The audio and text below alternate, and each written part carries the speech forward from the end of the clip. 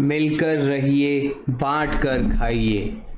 एक चेला था, उसने अपने गुरु से पूछा, महाराज, संसार में रहने का क्या ढंग है? गुरु ने कहा, अच्छा प्रश्न किया है तूने, 1-2 दिन में उत्तर देंगे। दूसरे दिन गुरुजी के पास एक व्यक्ति कुछ फल और मिठाइयाँ लेकर आया। सब वस्तुएं महात्मा जी ने के सामने रखकर उन्हें प्रणाम किया और उनके पास बैठ गया। महात्मा जी ने उस व्यक्ति से बात भी नहीं की, पीठ मोड़ी, सब के सब फल खा लिए, मिठाई भी खा ली।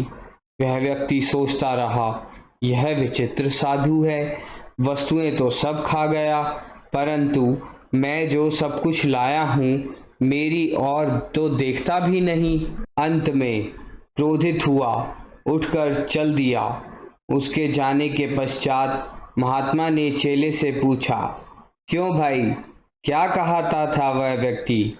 शिष्य ने कहा, महाराज, वह तो बहुत क्रोध में था, कहता था मेरी वस्तुएं तो खा ली, मुझसे बोले भी नहीं।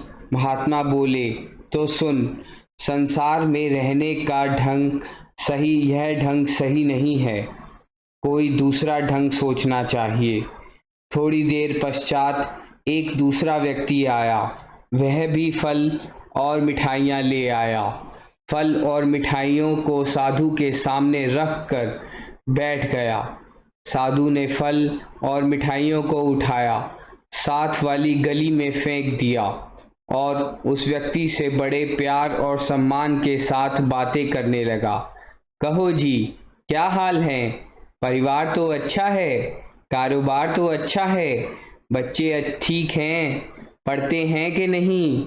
बहुत अच्छा करते हो, उन्हें खूब पढ़ाया करो। तुम्हारा अपना शरीर तो ठीक है, मन तो प्रसन्न रहता है, भगवान का भजन तो करते हो, शरीर अच्छा हो, चित्त प्रसन्न हो और प्रभु भजन में मन लगे तो फिर मनुष्य को और क्या ही चाहिए।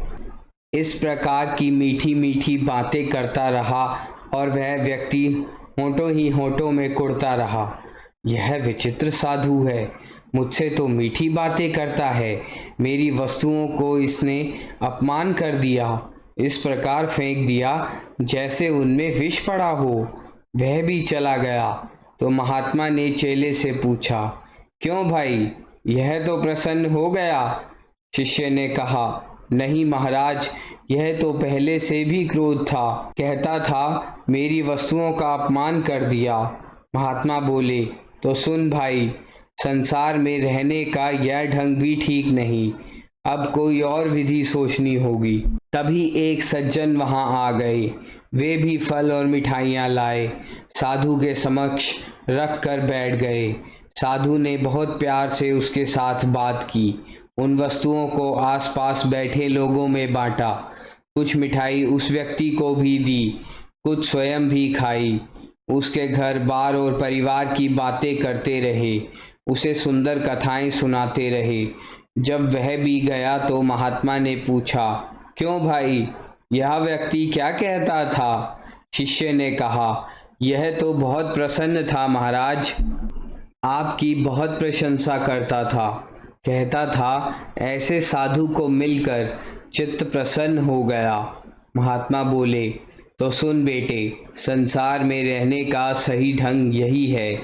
संसार में रहने का ठीक ढंग यह है कि प्रभु ने जो कुछ दिया है उसे बांट कर खा, त्याग भाव से भोग और इसके साथ ही साथ भगवान से प्यार भी कर, उससे बातें कर, उसके नाम का जप कर, उसका ध्यान कर।